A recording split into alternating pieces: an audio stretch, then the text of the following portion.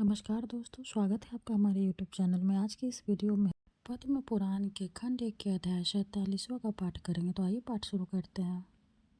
संजय ने पूछा, ब्राह्मण सात्विक पुरुष मनुष्यों में आदि के लक्षणों को कैसे जान सकते हैं? नाथ, असुर मेरे इस संशय को दूर कीजिए। व्यास जी बोले, द्विजों तथा अन्य जातियों में अपने पूर्व कृत पाप के अनुरूप असुर, राक्षस और प्रेत भी जन्म ग्रहण करते हैं, किंतु वे अपना स्वभाव नहीं छोड़ते। मनुष्यों में जो असुर जन्मते हैं वे सदा ही लड़ाई झगड़ा करने को उत्सुक रहते हैं। जो मायावी, दुराचारी और क्रूर हो उन्हें इस पृथ्वी पर राक्षस समझना चाहिए। इसके विपरीत एक भी बुद्धिमान एवं शिवयोग पुत्र हो तो उसके द्वारा समूचे कुल की रक्षा होती है। एक भी वैष्णव पुत्र अपने कुल की अनेकों पीढ़ियों का उद्धार कर देता है। जो पुण्य तीर्थों और मुक्ति क्षेत्र में ज्ञान पूर्वक मृत्यु को प्राप्त होते हैं वे संसार सागर से तट पर जाते हैं, और जो ब्रह्म ज्ञानी होते हैं वे स्वयं तो तरते ही हैं, दूसरों को भी तार देते हैं। एक पवित्रता स्त्री अपने कुल की अनेकों पीढ़ियों का उद्धार कर देती है। इसी प्रकार द्विज और देवताओं के पूजन में तत्पर रहने वाले धर्मात्मा जितेंद्र पुरुष भी अपने कुल का उद्धार करता है। कलयुग के अंत में जब शहर और गांव में धर्म का नाश हो जाता है तब एक ही धर्मात्मा पुरुष समस्त पूर्व ग्राम, जन समुदाय और कुल की रक्षा करता है। जो मनुष्य अपवित्र एवं दुर्गंध युक्त पदार्थों के भक्षण में आनंद मानता है, बराबर पाप करता है और रात में घूम घूम कर चोरी करता रहता है, उसे विद्वान पुरुषों को वंचक समझना चाहिए। जो संपूर्ण कर्तव्य कार्यों से अनभिज्ञ तथा सब प्रकार से कर्मों से अपरिचित है, जिसे समयोजित सदाचार का ज्ञान नहीं है, वह मूर्ख वास्तव में पशु ही है। जो हिंसक, सजातीय मनुष्यों को उत्तेजित करने वाला, कलह प्रिय, कायर और उच्छित भोजन का प्रेमी है, वह मनुष्य कुत्ता कहा गया है। जो स्वभाव से ही चंचल, भोजन के लिए सदा ललायत रहने वाला, कूद कूद कर चलने वाला और जंगल में रहने वाला प्रेमी है, उस मनुष्य को इस पृथ्वी पर बंदर समझना चाहिए।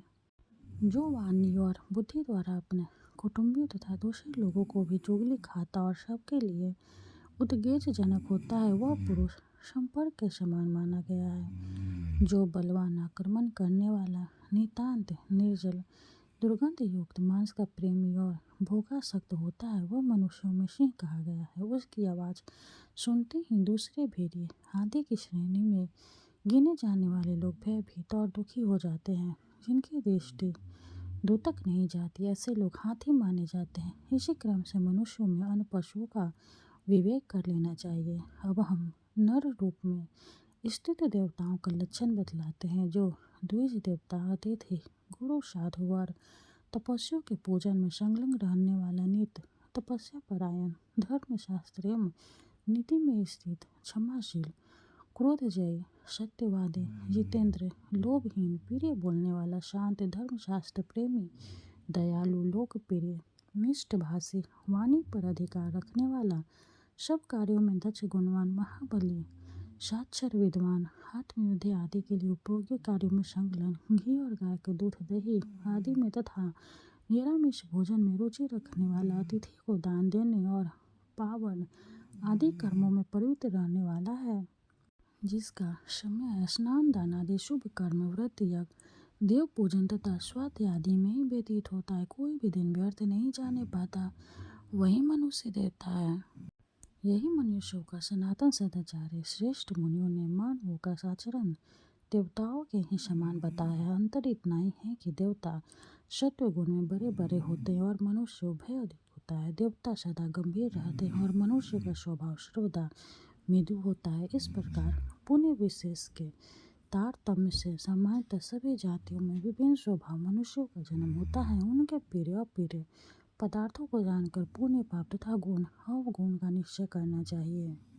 मनुष्यों में यदि पति पत्नी के अंदर जन्मकर संसार को भेद हो तो उन्हें तनिक भी सुख नहीं मिलता। सालोक्य आदि मुक्ति की स्थिति में रहना पड़े अथवा नरक में सजातीय संस्कार वालों में ही परस्पर प्रेम होता है। शुभ कार्य में संलग्न रहने वाले पुण्य आत्मा मनुष्य को अत्यंत पुण्य के कारण दीर्घ आयु की प्राप्ति होती है तथा जो दैत्य आदि की श्रेणी में गिने जाने वाले पापात्मा मनुष्य उनको मृत्यु जल्दी होती है। सतयुग में देव जाति के मनुष्य ही इस पृथ्वी पर उत्पन्न हुए हैं, दैत्य अथवा अन्य जाति के नहीं। त्रेता में 1/4 द्वापर में आधा तथा कलयुग की संध्या में समूचा भूमंडल दैत्य आदि से व्याप्त हो जाता है। देवता और असुर जाति के मनुष्यों का समान संख्या में जन्म होने के कारण ही महाभारत का युद्ध छिड़ने वाला था। दुर्योधन के युद्ध और सेना आदि जितने भी सहायक है वे दैत्य आदि ही हैं। कर्ण आदि वीर सूर्य आदि के अंश से उत्पन्न हुए हैं। गंगा नंदन भीष्म वसु में प्रधान है। आचार्य द्रोण देव मुनि बृहस्पति के अंश से प्रकट हुए हैं। नंदन श्री कृष्ण के रूप में साक्षात भगवान श्री विष्णु है। विदुर साक्षात धर्म है। गांधारी द्रौपदी और कुंती इनके रूप में देवियां हो धरातल पर अवतीर्ण हुई हैं। जो मनुष्य जितेंद्र दुर्गुणों से मुक्त तथा नीति शास्त्र के तत्व को जानने वाला है और ऐसे ही नाना प्रकार के उत्तम गुणों से संतुष्ट दिखाई देता है वह देव स्वरूप है। स्वर्ग का निवासी हो या मनुष्य लोक का जो पुराण और तंत्र में बिताए हुए पुण्य काम का स्वयं आचरण करता है वही इस पृथ्वी का उद्धार करने में समर्थ है।